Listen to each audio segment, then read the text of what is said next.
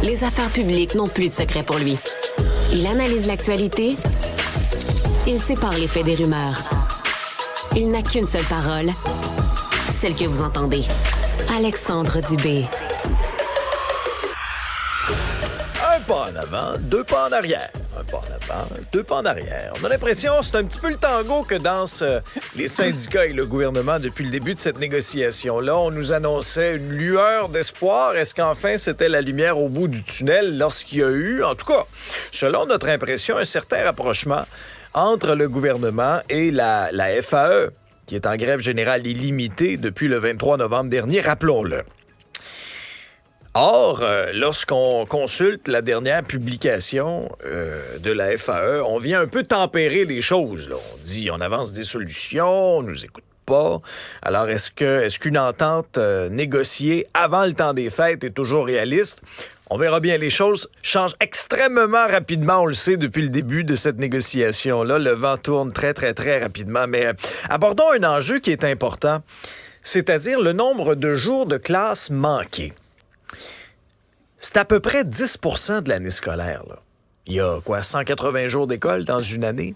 Et là, on approche de la barre du 18e jour de classe manqué. Et il y a un expert, une sommité dans le domaine, le psychologue et spécialiste de la réussite scolaire, Dr Égide Royer, qui, dans le journal, dit, écoutez, pas dire que manquer 20 jours de classe sur 180, ça n'a aucun impact sur les apprentissages des gens. Là. Aussi bien dire qu'au Québec, on va enlever 20 jours de classe pour tout le monde chaque année et qu'il n'y aura pas de problème. Alors, Égide Royer tire la sonnette d'alarme et je partage ses craintes, honnêtement. Et là, le gros problème aussi, c'est qu'une situation qui risque d'accentuer les écarts entre les élèves les plus faibles et les élèves les plus forts dans une classe. Qu'est-ce qui va se passer aussi avec les examens? Parce que dans certains cas, il y aura des examens ministériels au retour des fêtes. Est-ce que ce sera possible? Est-ce qu'on devra tenir des activités estivales? Égide Royer n'est pas fermé à cette situation-là.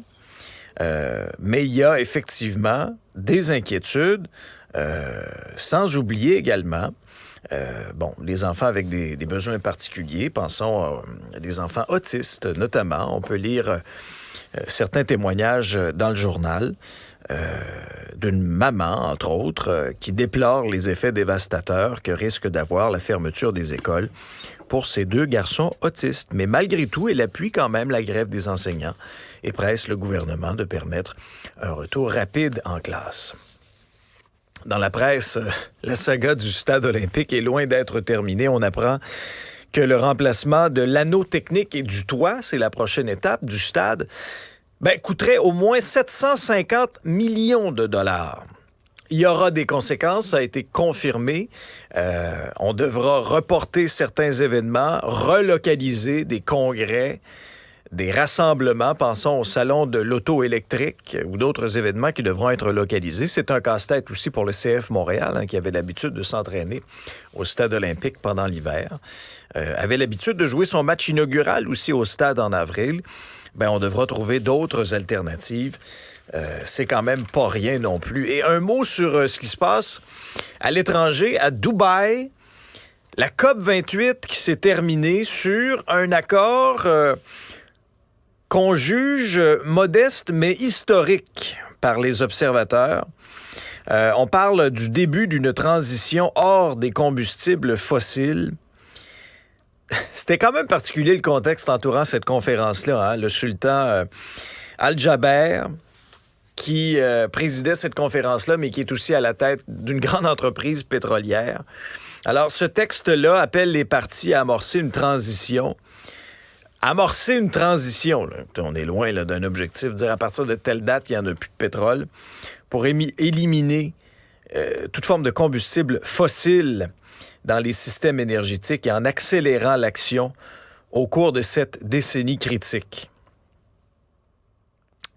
Si vous voulez mon avis, pendant 2 semaines, les leaders du monde sont là, avec leur jet privé, ça parle, jase. Mais en bout de ligne, c'est correct. C'est un pas dans la bonne direction. mais un pas, à mon avis, encore une fois, trop modeste. Bienvenue à Cube Radio. Voici votre nouvel épisode.